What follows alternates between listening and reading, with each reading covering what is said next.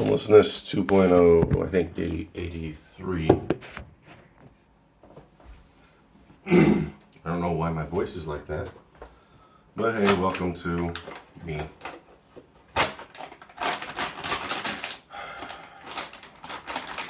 Gotta finally go to the store today. I did not go to Rite Aid yesterday because I made my appointment for today, and I see literally no reason for going out to the same place twice, especially because it just takes forever to get around. So I go to Rite Aid for booster plus meds, and then on the way back, I will hit up the grocery store so that I'll have some food for the following week, since I have a week left.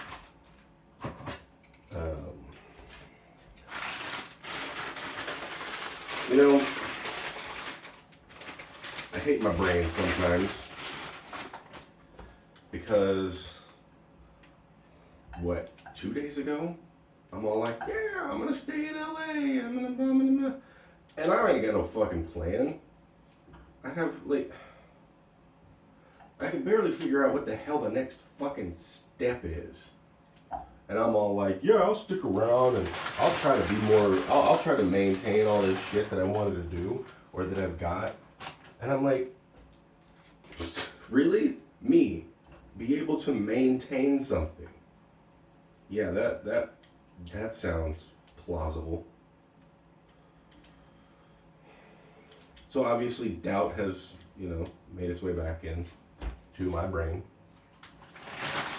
And I'm like, the fuck am I gonna do?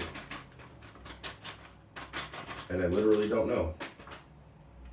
I mean, obviously I have to make certain decisions. I've got to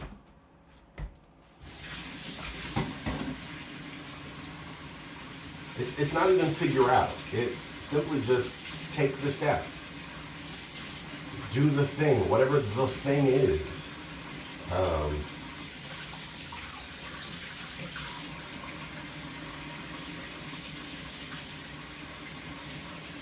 And that's problematic for me because I'm afraid of consequences.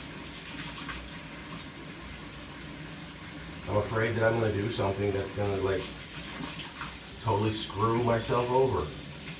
When, generally speaking, not doing anything is what screws me over.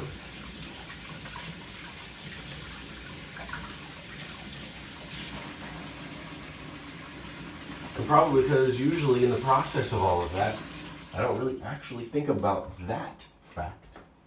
I don't think about the fact that not doing anything and waiting and trying to measure the outcomes and trying to be pragmatic are the things that actually screw me over. What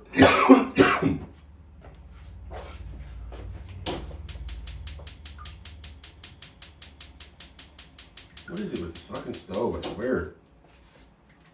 Now it's gonna smell like fucking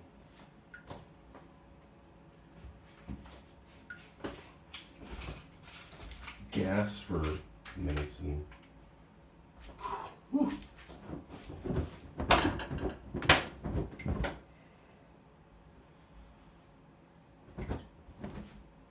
Hold on a second. It's like in the other place they left little lighters, but this place isn't exactly well stocked with regards to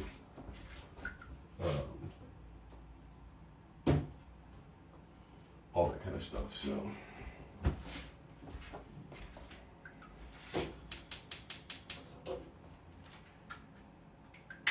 Shit.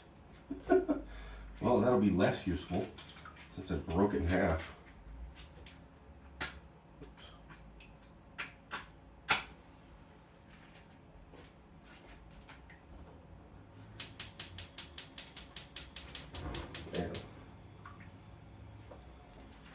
Just let the little one burn down there then, since I gotta clean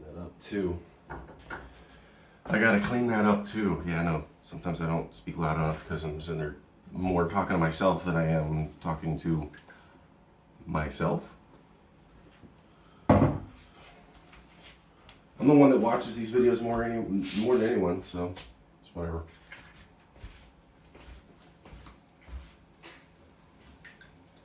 So yeah, the conundrum is less of a conundrum, and it's more of just me sucking at life.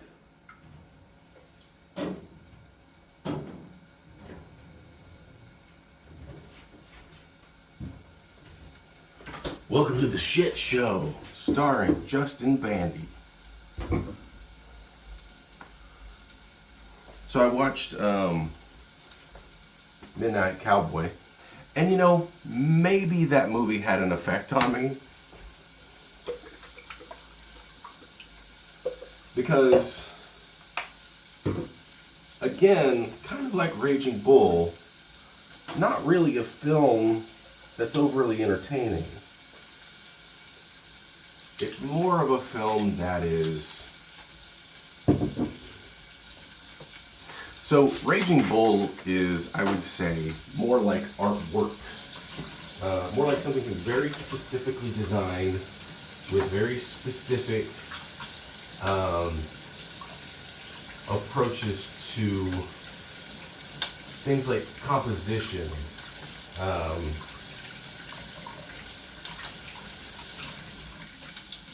Now, it's not something that's like super experimental either. In a lot of ways, Raging Bull is the perfect film. It's not the perfect movie.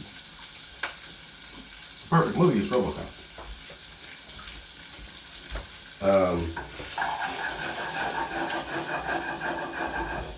Not really, but it's funny to say that. RoboCop has this like interesting. There's this interesting sort of analysis of it where it's basically a symmetrical film, and so I'll have to rewatch it. And it's the original one, of course, not the reboot. Reboot was interesting, but it didn't have any kind of like, at least for me, it didn't have any real lasting appeal.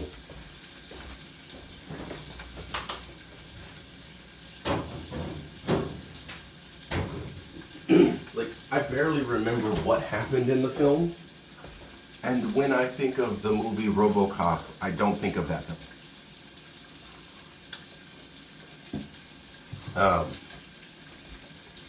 So, like I said, Raging Bull is very much like the perfect film. It is the film you should watch if you are somebody who wants to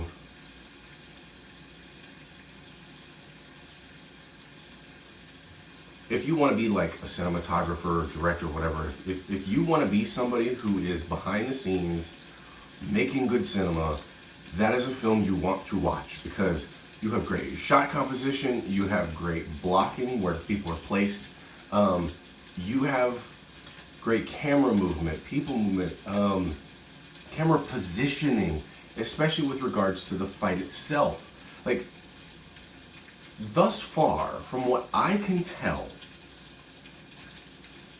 in a purely, if you will, technical sense, and I think that's really the word I was looking for, it is, like, if you go look at the Olympics, for instance, right, and you look at what they score, one of them is technical.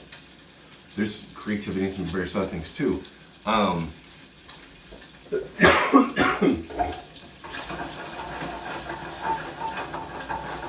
For the time that it was made, 1980, it is technically one of the best films I've ever seen.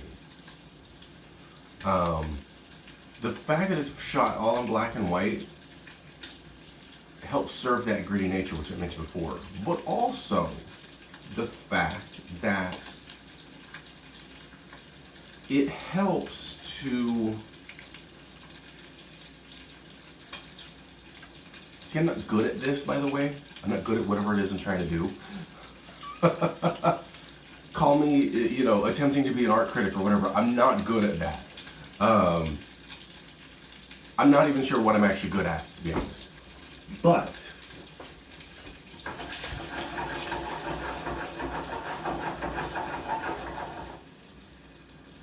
It showed you the raw. It showed you the real. It definitely blurred the line between fantasy and reality.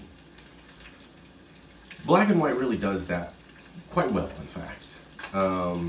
It hides a lot of things.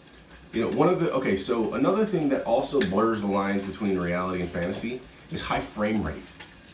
So if you watch the Hobbit films in 48 frames a second, it's jarring because it seems too real. And the reason why that is because films have been shot at 24 frames per second for fucking ever.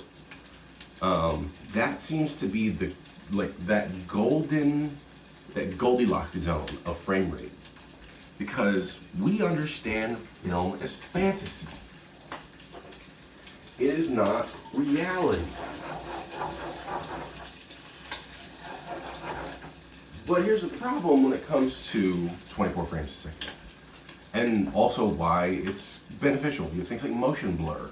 Motion blur is when you do this and you see the fingers blurring instead of seeing the fingers.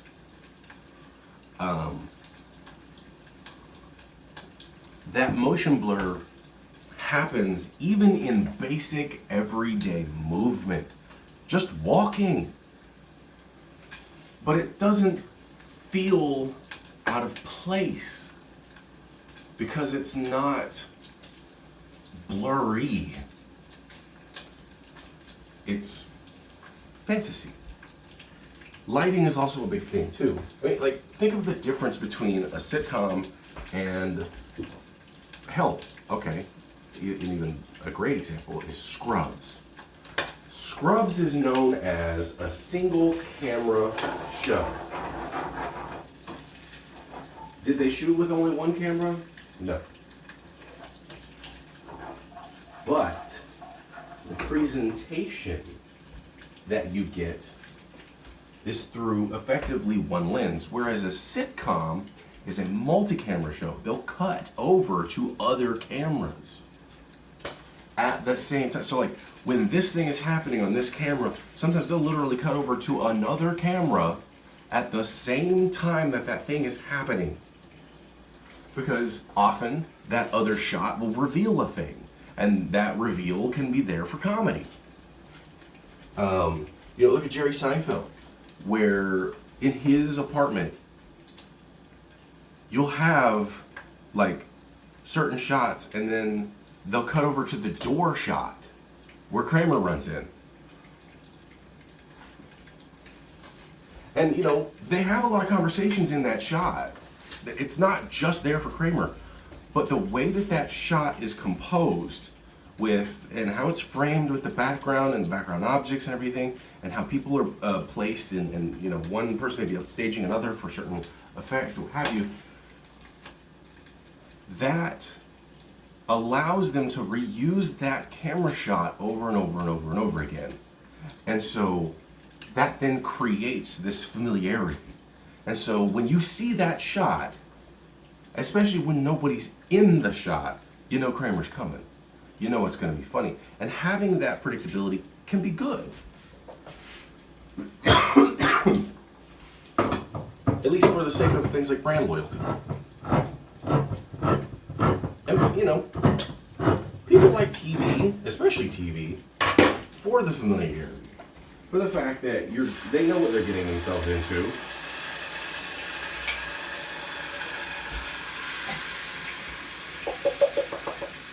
They know that characters are going to be a certain way. They know that they're not really going to change much. It's okay to have some predictability in your entertainment. Now, it's also okay if they grow. And I would say, in all honesty, character growth overall is generally seen as a good thing. Even in sitcoms.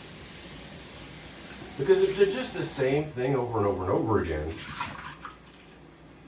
it gets stale, it gets boring, nobody cares.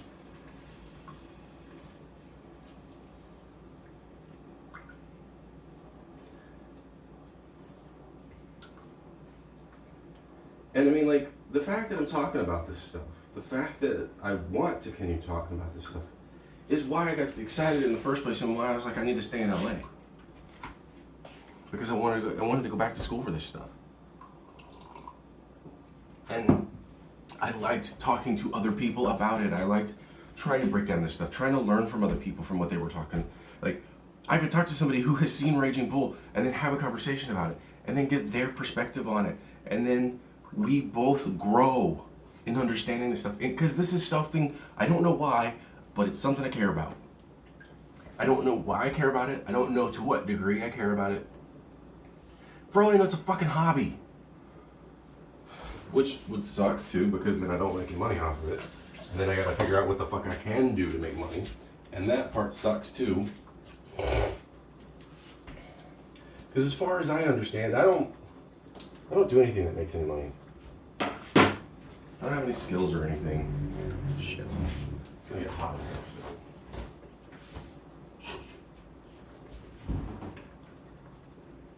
here. Forgot to turn the fan on until now. And the heat is what causes this thing to overheat, of course. Maybe I just need to do this every now and then.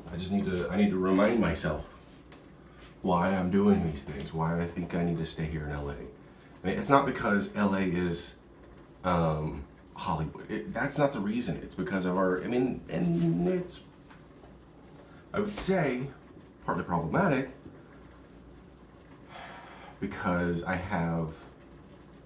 I'm so close to finishing my AA. I think I have like 4 classes. So there's some sunk cost fallacy going on in there. I don't know how I'm going to get a place to live. I don't know how I'm going to get a place to live anywhere. I think I tell myself I'm going to go move to Dallas. It doesn't fucking mean that I have a plan. It doesn't mean that I know what the hell I'm doing.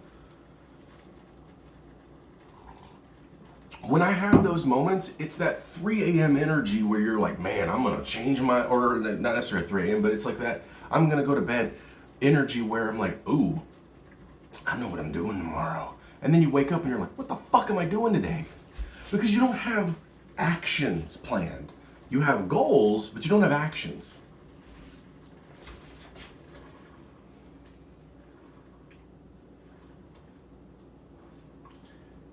Maybe I should take a page out of my acting books, if you will, which I still have, which is funny. Like, I donated a bunch of my plays. I think I still have like 1 or 2, which I've never read. Like, I bought all these plays thinking I was going to read them, never did. Which is yet another part of the process that I should probably pick up. But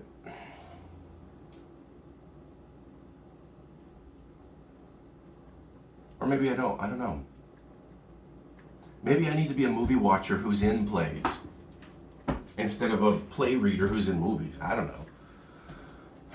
Anyway. I don't even know where I was going with that. Fuck. Go to sleep energy, wake up, don't know what the fuck I do. Oh.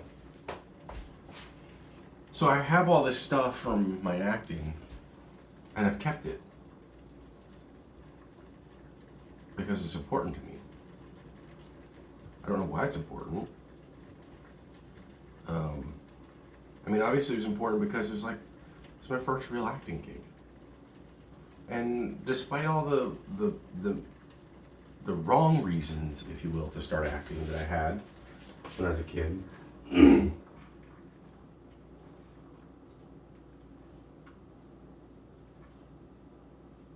know, I wanted to be famous and blah, blah, blah. I had always considered, like, I'd seen postings for actors and stuff, and I'd always considered it. But I never did it. I never went forward. I never tried to audition. I never tried to step forward into that. And part of that is just, you know, not having done it, and then, you know, thinking, well, I haven't done this, so why would they ever take me on? And that's one of the reasons why I didn't actually originally attempt to audition for Romeo and Juliet. Because I was literally just taking my first couple acting classes. And I'm thinking, I'm not an actor, I'm literally just learning about this stuff. But then, my teacher, who was also the director, so my first acting, I had 2 acting classes at the same time. One of them I didn't actually know was an acting class. When I first got, I was just, it says, it was like voice and movement for the performer. Okay, cool. Not realizing that we would have to be performing, which, it's kind of logical, but it's whatever. And it was rough because, that class was not easy. It was a whole, 2.5 hour class. So it was a 4 credit hour course. And, the first hour was us basically warming up physically, exercising. It was doing stuff like this and holding it for 10 seconds and then doing this and holding it for 10 seconds. And, I should probably do this on a regular basis because right now my neck fucking hurts. But I'm so bad at this stuff. I'm so bad at taking action. Or thinking of the right action, or thinking that I need to have the right action, instead of just doing a thing, and then dealing with whatever the outcome is. Because I'm afraid of the future. I'm afraid of the fucking future. And it's not this big world-ending COVID and politics crap that I've been spewing for a long time. It's just the thing that I have dealt with all my life. I'm afraid of the future. Always have been. Because I've never had a situation where things have aligned in my favor. And one could say part of it is because I didn't take any action. Because I let other things happen, the future became whatever others decided for me. You could say that, and it wouldn't be wrong.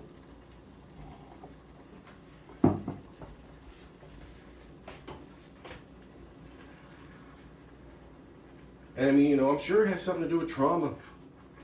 I'm sure it has something to do with me being a child and trying to take actions, and then things, people spit in my face, and worse.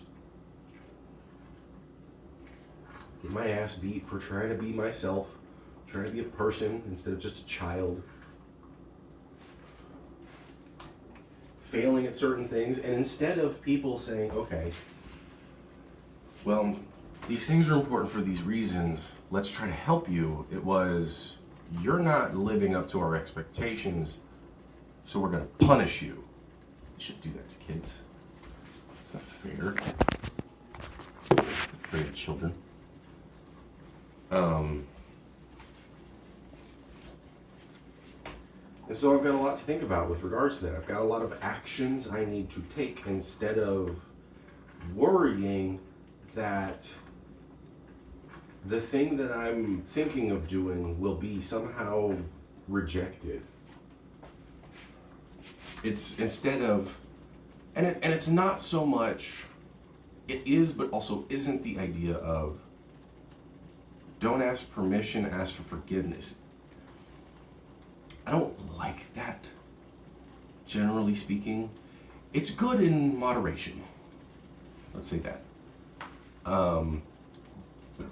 But the basis of it is relatively good, and that's why it's good in moderation.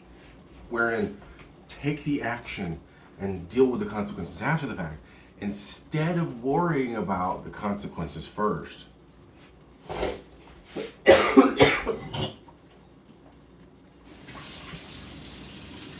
It's like, you're sick, take care of yourself. It doesn't matter how you do it, as long as you're doing it in a way that doesn't harm anybody else or something else like that. You've got to take care of yourself.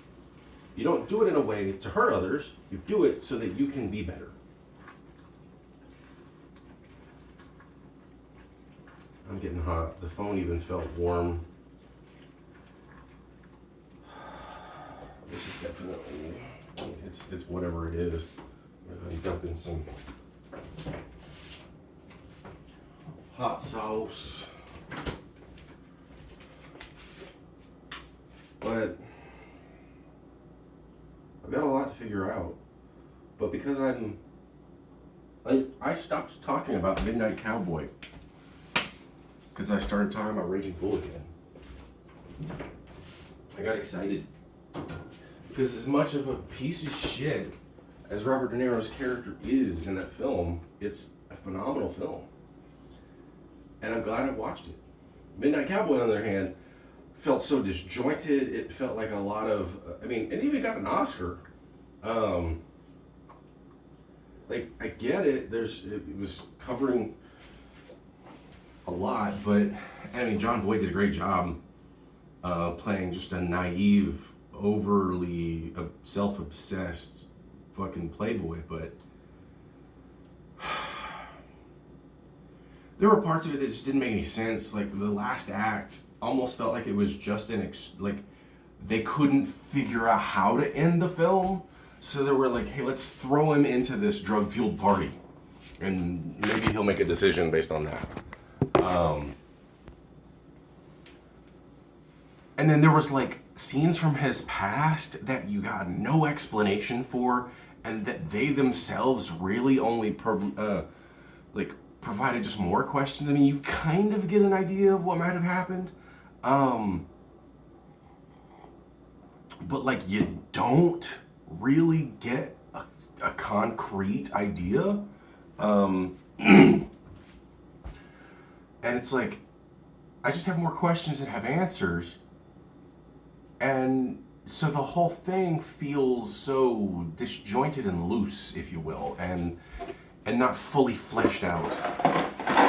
I was supposed to use this to dig out this yesterday, and I didn't do that. But it works out. So I made some butter noodles because I didn't have any Parmesan to make cacio e pepe. It's also the wrong noodle, but whatever, it doesn't matter. But yeah, so it's what I would like to do is be in a situation to talk about that film, to try and understand beyond just my experience. I think it's one of the reasons why when I first met that one tattoo artist, and I haven't talked to him again about getting the tattoo that I want, but when I first met him and then went to his house and played with his cats, and he fed me some fucking pot stickers were great, and just really all around great dude. And he was talking about how he and his friends wanted to do a weekend, watch some crappy 80s horror films. And I was like, fuck yeah, I'm down with that shit. I'm totally down with that. Let's watch some bad films. I